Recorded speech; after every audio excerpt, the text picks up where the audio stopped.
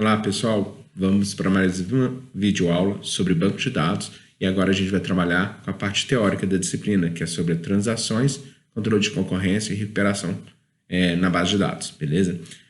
Então, especificamente agora vamos trabalhar com transações e a gente primeiro precisa compreender o que seriam essas transações. Então, a gente vai ter que saber os conceitos relacionados às transações, suas propriedades, né? E o processamento, quando a gente executa uma transação, a gente pode acontecer alguns problemas, né? E a gente vai ver ali esses problemas, como a gente poderia contornar para frente. Mas a gente vai ver que esses problemas são inerentes ao uso do SGBD. Então, a gente tem que saber que esses problemas podem existir e como que o SGBD controla para que não ocorra esses problemas, beleza? Então, a gente vai focar aqui no nosso SGBD, o que importa para a gente, né? Ele é multiusuário, ou seja, várias pessoas fazem o acesso aos dados no mesmo instante de tempo. Isso importa que eu tenho que fazer um controle maior do que está sendo acessado pelos seus usuários. Então, é muito usado em sistemas de reservas de passagem aérea, controle financeiro, bancário, ou inúmeras possibilidades de uso, né, do SGBD multiusuário.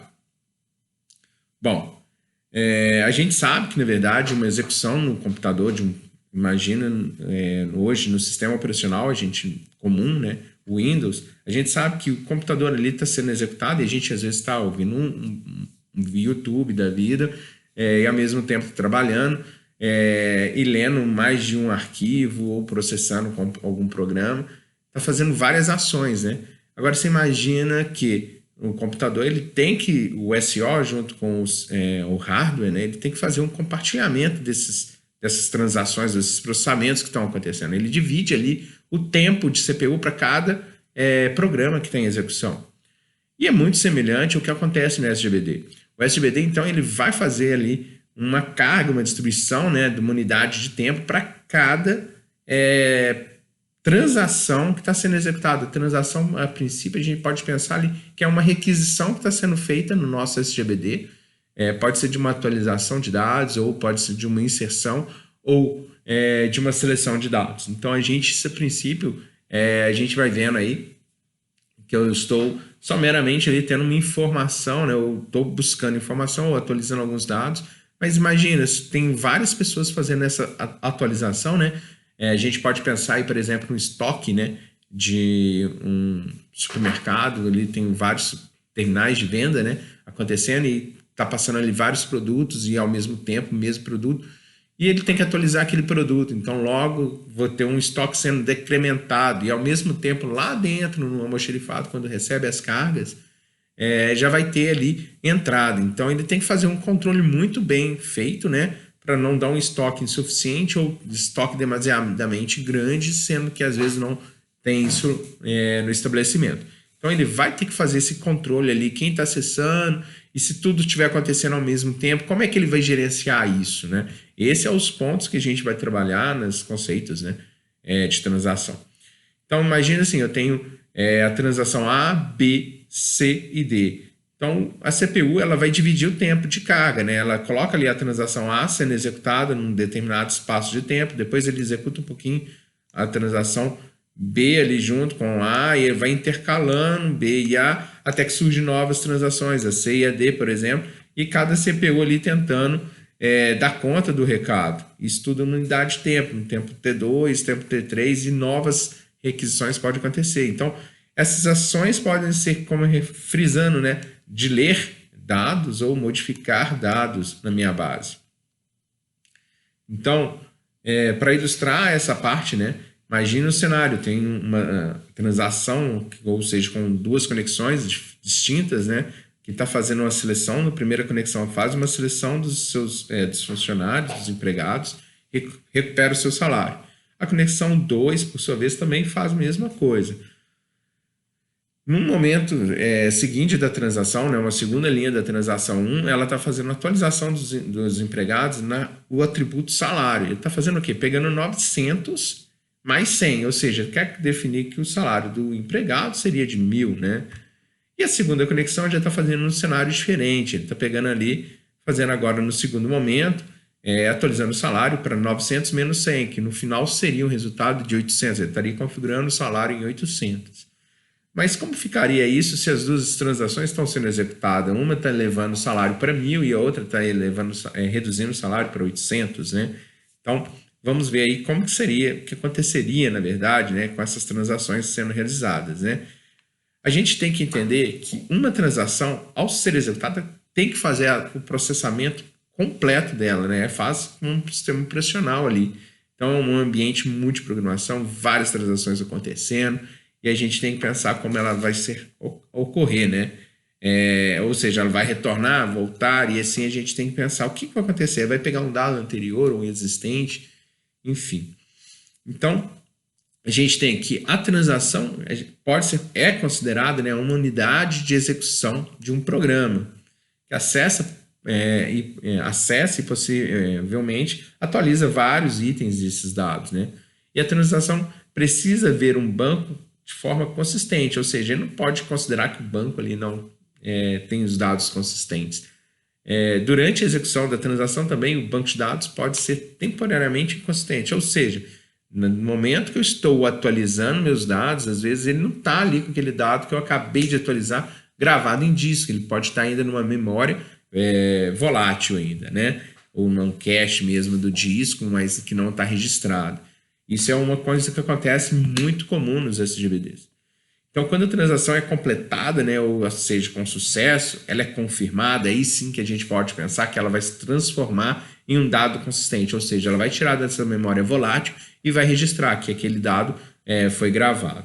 Então, após essa confirmação da transação, as mudanças que ele faz no banco persistem, ou seja, essa persistência vai levar os dados consistentes, beleza?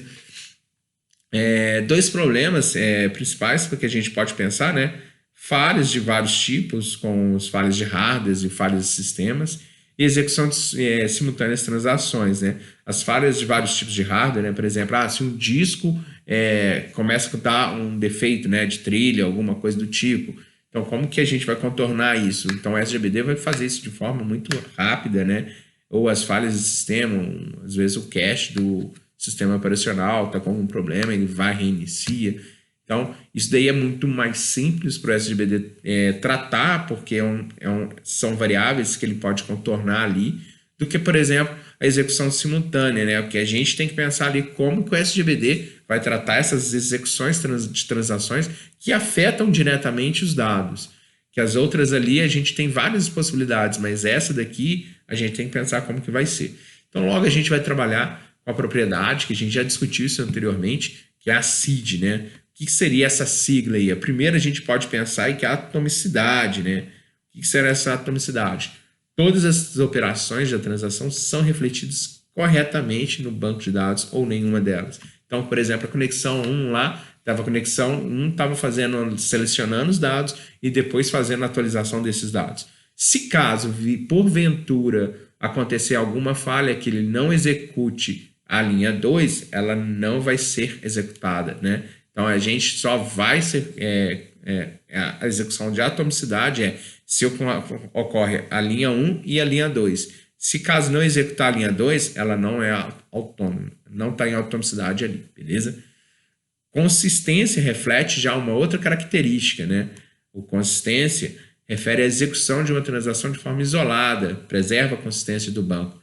Ou seja, ela vai estar sendo executada e preservando ali que aqueles dados ao final, né, por exemplo, a linha 1 e a linha 2 sendo executado, vai levar o banco de dados a um estado consistente. Terceiro caso aí é o isolamento, né? Então, olha só, eu posso ter inúmeras transações acontecendo e a minha transação vai ser executada, é como se não tivesse nenhuma outra sendo executada. Ela vai fazer alguma forma ali, com escalonamento, alguma forma de mediar de tal forma que a transação, ao final, parece que nenhuma executou. E durabilidade, que é a última sigla aí, ó. A transação for completada com sucesso, né? As mudanças que ela faz ao banco de dados persistem mesmo que existem falhas no sistema, ou seja, como eu exemplifiquei anteriormente, né? Vamos supor que o sistema operacional reinicie. Mesmo reiniciando, o banco de dados vai estar no estado durável, permanente, porque ele vai recuperar na hora que reiniciar ali, voltando à atividade. O SGBD vai falar, olha, não, beleza, a forma que a gente tem de registro aqui, meus dados vão estar duráveis. Bom, pessoal, vamos exemplificar agora as propriedades, né, do ACID por meio desse exemplo. Imagine aí a transferência de fundos entre duas contas A e B, que está transferindo um valor de R$500. Primeiro, imagine então essa sequência de passos, ou seja, eu vou ler, né, meu A, né, minha conta A, vou verificar ali o saldo que ela tem, né, menos 500, ou seja, eu estou tirando de A 500. Vou gravar posteriormente esse A, que recebeu um novo valor, que é menos 500 ali. Depois eu vou gravar B, vou pegar o saldo de B e vou adicionar 500. E posteriormente vou gravar este B. Então agora a gente tem que pensar o seguinte, né? Como propriedade, a primeira que a gente vai pensar seria da atomicidade. O que seria a atomicidade, né? Então, eu tenho que concluir tudo para minha transação falar que está ok, né? Vamos pensar então o que seria o problema nessa transação aí. Se a gente pensar aí nas linhas entre 3 e 6, ó, essas linhas aqui, ó, 3 e 6, entre essas duas linhas aqui, ou seja, onde que eu estou fazendo a gravação de A ou gravação de B, se tiver uma falha aqui, o que vai acontecer, né? Ou seja, se eu, na hora que eu estou gravando, lendo B ali, não faço a gravação de um novo saldo para a conta B. Ou seja, eu retirei de A, fiz a gravação, mas aí aconteceu uma falha, por exemplo, na hora que eu estava lendo B aqui, ó. Ou seja, entre B aqui, a leitura e um novo valor, eu vou gravar um B novamente. E aí, como fica a situação, né? A gente pode pensar aí, se a transação falhar, né? Após 3 e antes de 6, o sistema deve garantir que suas atualizações não sejam refletidas no banco, né? Para não causar uma inconsistência, ou seja, a conta B teria um valor mantendo o mesmo, mas a conta A estaria com menos A, ou seja, R$500 foi para o espaço, né? Então, o banco deve garantir que isso não aconteça, ou seja, minha transação, o que é a minha transação então? Minha transação neste caso aqui, ó, é tudo, ó, entre isso daqui, entre 1 e 6. Eu devo garantir então que essa transação seja executada em sua plenitude, beleza? Então, seguindo aí, agora a gente vai pensar num outro cenário, que seria com relação à consistência, né? O que seria então a consistência nesse cenário aqui? Imagine então que eu tenho aí a soma de A e B é inalterado pela execução da transação. Ou seja, eu tenho ali, se a gente pegar o que está tirando de A e que está somando em B, o resultado é o mesmo, ou seja, R$500 é de um lugar, isso é para o outro, então não teve ali uma perda. Então, meus dados estão consistentes, ou seja, o que tinha em A aconteceu e aconteceu em B, levou de um estado consistente a outro estado consistente. Quanto ao isolamento, agora vamos pensar o seguinte, né? Entre 3 e 6 ali, que são um ponto crítico, eu estou retirando de um lugar e jogando em outro, né? Uma outra transação também pede para a sessão processar justamente esses mesmos saldos, as contas A e B, né? Ela verá que os bancos ali, de certa forma, está tendo um dado inconsistente, porque eu estou tendo uma atualização, mas alguém leu ali o saldo. Imagine que está tendo uma avaliação, o gerente está fazendo ali uma prospecção, né, na conta A, quem tem mais de 500 ou 500 ou mais, né, na conta, para a gente fazer algum empenho ali, alguma divulgação com esse cliente para fazer algum investimento. Então, na hora que ele estiver fazendo isso, ele vai ver que a conta tem 500, né? Mas como que fica a situação? Então, a gente pode pensar, né, que vai ser menos 500 nessa conta, né? E a AB vai estar com 500 a mais, ou seja, eu poderia estar selecionando um cliente diferente, né? Isso trivialmente assegurado com as transações de certa forma serial, ou seja, se eu faço serialmente, né, uma coisa, depois outra, ou seja, o gerente só vai ver o meu saldo posteriormente à execução da minha transação, eu não precisaria muito preocupar, mas a gente sabe que isso não acontece.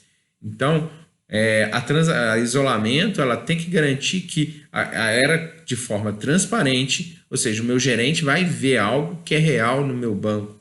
Aí eu tenho que pensar como que eu devo garantir isso, que é múltiplas transações acessando o mesmo dado ali, de forma significativamente, né? Então, quer dizer, entre 3 ali e 6, o meu gerente vai ver o mesmo resultado que tivesse no final, ou seja, em vez de selecionar A, ele poderia selecionar o B como sendo. Isso que deve ser feito, beleza? Ou seja, garantindo ali o isolamento. E por fim, a gente tem quanto a usuário, né, a durabilidade, né? Quanto o usuário é notificado que a transação está concluída, se a transação 500 ocorreu, né? A movimentação entre A e B aconteceu, atualização do banco de dados, as transações precisam persistir, apesar de acontecer falhas no SGBD, por exemplo, que houve uma falha de comunicação, mas ele vai garantir que esses dados sejam gravados. E é bom a gente frisar um ponto muito interessante aqui, ó. Quando eu penso no diagrama de execução, né? Por exemplo, esses comandos A1, 2, A6 aí, poderia ser essas transações sendo acontecendo aqui de forma bem direta. Ou seja, minha transação começou aqui, vai ter o comando 1, 2, 3, 4, no caso, nosso N, que seria o comando 6, e a gente tem que pensar se ele chegou nesse ponto de confirmação, ou seja, o nosso committed, né? Que aí, beleza, a transação chegou na transação concluída, que é o committed. Ou se houve uma falha, que aí a gente vai garantir que ela vai ter um rollback. Isso a gente vai ver para frente como que o nosso SGBD pode comportar com essas características aí. Pessoal, vamos lá. Agora, a parte de processamento da transação. Vamos imaginar esses dois cenários aí de duas transações, quaisquer T1 e T2, como no exemplo aí, ó. A T1 está fazendo uma leitura de um item, né, um X, por exemplo. Esse X está recebendo um valor N. Depois ele vai fazer a gravação desse X atualizado, vai fazer uma leitura de um conteúdo Y qualquer. Esse conteúdo podemos entender que seja, por exemplo, uma tupla específica, um campo específico, como o salário do funcionário João, beleza? Então a gente estaria atualizando exatamente isso, mas de forma genérica a gente pode deixar como o Y aí. Então, o Y ali está recebendo depois um novo valor de N, quer dizer, a transação está sendo transferida ali, né? E gravando posteriormente esse Y, né? E a transação 2 está lendo o X e fazendo adicionando ali X um valor M qualquer, né? E fazendo uma gravação desse X. A gente sabe, né? Se eu coloco em uma sequência que eu executo T1 e executo T2, não é problema nenhum, né? A transação vai acontecer de forma serial. Essa é a forma que seria a tão sonhada forma, né? Mas a gente sabe que na prática, imagine, se todo mundo esperar para ser executado, depois para ser executado, a gente não teria muita viabilidade aí de acontecer muitas coisas ao mesmo tempo. Então a gente vai observar que a gente vai fazer um escalonamento nesses processos, um intercalamento ali, uma intercalação ali desses comandos de T1 e T2.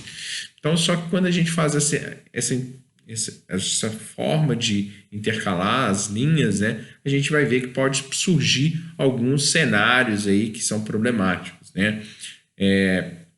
Sugiro a gente sempre pensar, quando a gente pensar tanto em X quanto Y e N, a gente pode estipular valores, né? Vamos pensar aí que o X, né, vai ser um valor de 100, ok?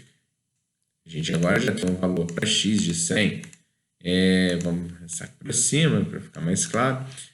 Vamos pensar agora, né, que esse X, né, vamos colocar bem embaixo da transação aqui para falar que esse X é da transação, que a transação está lendo, né? Vamos pensar agora um valor para Y, né? O Y a gente pode pensar que Y tem ali 20. Agora a gente tem que estipular valores ali para N, né? O N, nesse caso, vai ser igual a 10, por exemplo. Então, esse n a gente vai colocar aqui, que ele vai ser independente, né? E vamos colocar um valor para m, né? Que está sendo ali, acontecendo, né? O m, então, vai ter um valor... o m vai ter um valor de 15. Então, esses dois caras aqui, vamos deixar eles bem próximos, né? O m e o n. E a gente vai ver o que vai acontecer na execução. Então, vamos pensar no primeiro cenário aí, né? Que pode acontecer no processamento, né? Então, olha só esse cenário aqui. Vou puxar esse cenário para a gente pensar aqui. Ele está intercalando. Vejam que eu peguei o meu x aqui, executei a linha 1 e 2, né? Vamos até colocar aqui, destacar, né? Essa forma aí, essa linha 1 e a linha 2, ou seja, a linha 1, 2, 3, né? Vou numerar já de uma vez, 4, 5 e 6. Vou trocar aqui para uma outra cor para a gente pensar aqui também, ó. 1, 2 e 3. Ou seja, eu executei a linha 1 e 2, né, aqui, da transação. Linha 3 aqui. Vamos trocar agora a cor para vermelho aqui. E a gente vai pensar, olha, executei a linha 1, a linha 2, depois lá na frente o 3. Eu estou intercalando 4, 5 e 6, né? Então, veja, eu tinha x, li x. Qual que é o valor de x? Então, a gente pode entender que esse x aqui, que é 100, né? Valor de 100, estou decrementando meu n. Meu n é 10. Então, x temporariamente, a gente pode pensar que o nosso x aqui temporário vai ser de 90. Eu gravei ele ainda em banco? Não. Eu estou em memória. Observem que eu não fiz o write. Eu estou em memória. Aí eu vou ler o meu x. Quanto que a transação 2 está lendo x? A transação 2 leu x. O que o x teve ali? Ele leu quanto que tinha x? 100. Não gravei em banco, ainda está lá. O meu banco está ainda consistente ainda ali, ó. 100. 100 leu 2, ou seja, meu x leu que tinha 100, com mais m, o m é 15, então 115, né? Olha só, agora eu faço a gravação. Quando eu faço a gravação da linha execução da transação no 3, eu estou gravando o quê? 90, não é isso? Então, quando eu estou gravando 90, eu venho aqui, ó, eu vou apagar os meus 100 e vou gravar 90. Como eu estou gravando 90, né? Vou fazer a leitura de y. Quanto que tem y? Y tem 20, ok. Aí agora eu vou lá para a transação 2, né? E vou ver que 2 aqui agora está gravando y. Ó, o x, o x quanto que ele tem? O x que a transação presume que tenha é 115. Ou seja, ele vai vir aqui e vai até marcar com uma outra cor aqui, ó. Vem aqui, puf, e grava 115. O que aconteceu aqui, pessoal, é uma perda da atualização. Eu estava gravando conteúdo ali e esse conteúdo foi perdido. Isso eu desejo? Não, de forma alguma. Isso daí é um problema, né? A gente vai ver que isso lá na frente vai ter técnicas para a gente resolver esse problema. Mas a gente já viu um primeiro cenário dessa perda de atualização, ok? Pessoal, vamos agora para um outro cenário, mantendo esses mesmos valores, né, que a gente está trabalhando aqui, dessas duas transações, só que um outro cenário de execução. Imagine esse cenário de execução aqui, eu tenho a transação T1, está fazendo a leitura ali de X, esse X está recebendo esse novo valor, fazendo a gravação posteriormente, né? Vamos pensar nesse cenário, só que aqui vai ter uma diferença, né? Chegou nesse ponto aqui, ó, puf, chegou nesse ponto aqui embaixo, ó, a gente pode presumir que aconteceu uma falha qualquer, uma falha de sistema, alguma falha de comunicação, por exemplo. E o que vai acontecer, né? Então, vamos pensando aqui. Eu estou executando então a transação 1. Vamos pensar ali que a transação 1 está sendo executada, então ela vai ler inicialmente x. Quanto que é x? 100. Beleza, ela leu 100 lá, registrou o seu 100. Depois ele fez lá x recebendo os menos n, o n é 10, então o n passa, o x vai passar a um novo valor aqui inicialmente, que é 90. Posteriormente, o que ele faz? Ele faz a gravação agora, ele pega esses 90 e vai jogar aqui, ó. Beleza?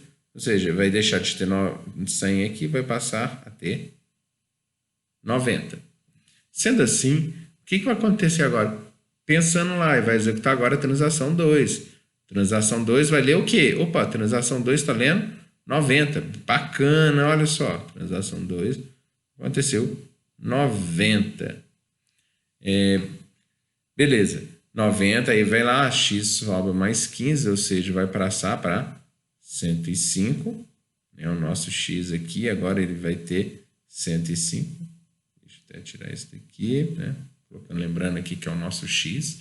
Passou a ter 105. E faz a gravação, ou seja, vem aqui, olha, ele vai lá e grava 115. Veja que a transação 1 tinha coisa a executar agora que vai ler o y, ou seja, leu o y, jogou em memória o y aqui, né? Deu 20. Ok.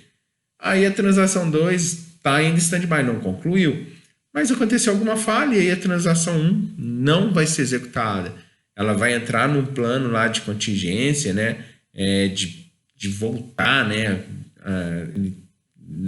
Voltar atrás. Mas se você pensar, essa gravação aí, ó, quando aconteceu isso, né?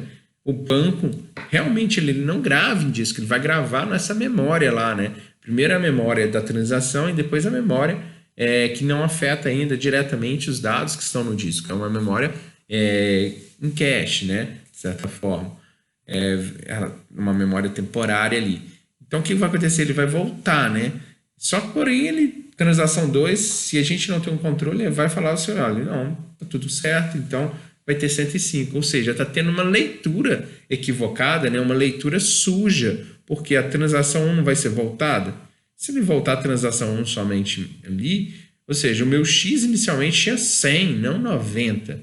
Se ele apaga tudo que está em 1, volta somente 1, vai acontecer um problema de leitura suja, né? Eu perdi ali, aliás, eu tenho uma leitura equivocada, na verdade, uma leitura suja mesmo desse fato. Esse é o segundo problema que eu apresento para vocês, a leitura suja.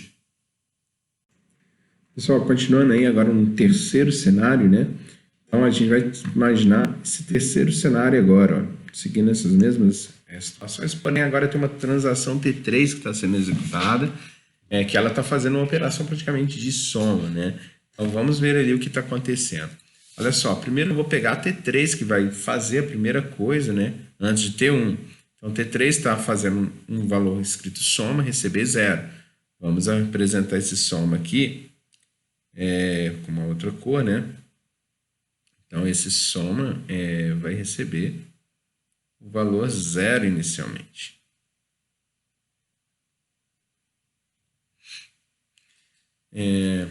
Então, o soma está com 0. Ele vai ler o item A, né? Read A. Quanto que nosso A tem, né? Read A, que é igual um valor qualquer, por exemplo, vamos pensar aqui, estipular, né? Novamente, vamos pensar num A qualquer aqui, tendo um valor de 20. Então, ele leu A, né? Soma A, recebeu 20. Que é o 0 mais o 20. Ok. Depois ele foi lá na linha B e foi executar a linha B, a transação 1. Nossa transação 1, ele foi lá ler o X tinha 100. Então, ele jogou lá na memória lá da transação, que o X tem 100. Fez o decremento nosso lá de 10, passou o X ter 90. E depois fez a gravação. Ainda não né, na memória lá cache, que as transações estão em execução, de 90. Aí agora ele está fazendo um read x. Quanto que ele está lendo? O x ali vai ter um valor de 90, né? Vai pegar e somar 90 aos 20 existentes. Vai passar para 110. Depois ele vai ler o y, né? O y tinha quanto? 20. Vai somar, vai passar a ter 130, né? A soma nossa lá. E vai fazer a operação de y. Y lá, o que aconteceu com y? Ele pega lá e vai fazer o y em memória, primeiro, né? Jogar o y em memória significa pegar ali o 20 e jogar lá. Depois vai fazer a operação, que é o x mais n. O n é 10, então passou de 20 para 30. E depois fez a gravação, ou seja, tirou os 20 e jogou 30 aqui. O que acontece? Se a gente for olhar ali, a soma que foi feita aqui, ela está equivocada por causa do que o y não foi atualizado, ele não é 30. Então, o erro que está acontecendo é exatamente o nosso n aqui em cima. Logo, esse n aí é o nosso problema de agregação, né? Ele fez uma soma lá, uma soma equivocada, porque o nosso y iria receber um novo valor. Que as duas foram... A gente sempre tem que lembrar o seguinte, as duas transações estão sendo executadas no mesmo instante de tempo.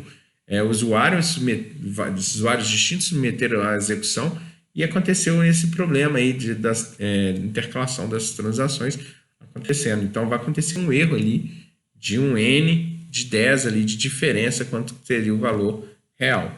Esse é um outro problema que a gente tem em transação. É o nosso terceiro problema. E a gente vai ver para frente, a gente tem solução para esses casos aí. Pessoal, vamos para o último exemplo aí da parte de processamento de transação. Agora a gente vai para esse cenário novo aqui, ó. Nesse cenário novo, o código vai ser alterado numa situação ali, ó. Nesse ponto azul aqui que eu marquei, é como se ele estivesse adicionando esse ponto azul aqui, ó, antes da linha 4. Beleza? Então, vamos lá. Então, eu tenho uma transação, vamos fazendo as nossas contas aqui, né? O x recebe lá, né? Que está na memória, lá o 100. Aí, depois, vou fazer a soma, né? De w, né? Esse w pode ser um valor em memória aqui, que poderia ser, por exemplo, vou colocar um w qualquer aqui, para a gente ilustrar, esse W aqui fosse 30. Ou seja, deu 100 mais 30, né? Então, passou a ter 130. Então, tendo esse 130 aqui, ó, eu vou começar a transação 2. Leu o X. Qual que é o X? Né? Eu não fiz a gravação dele ainda. Da transação, então ele vai ler o nosso x lá, que é 100, ou seja, aqui vai ter 100, vai fazer o m é 15, então passa a ter, até o escrito x aqui, né? Vai ter 115, esse 115 ele vai fazer a gravação, né?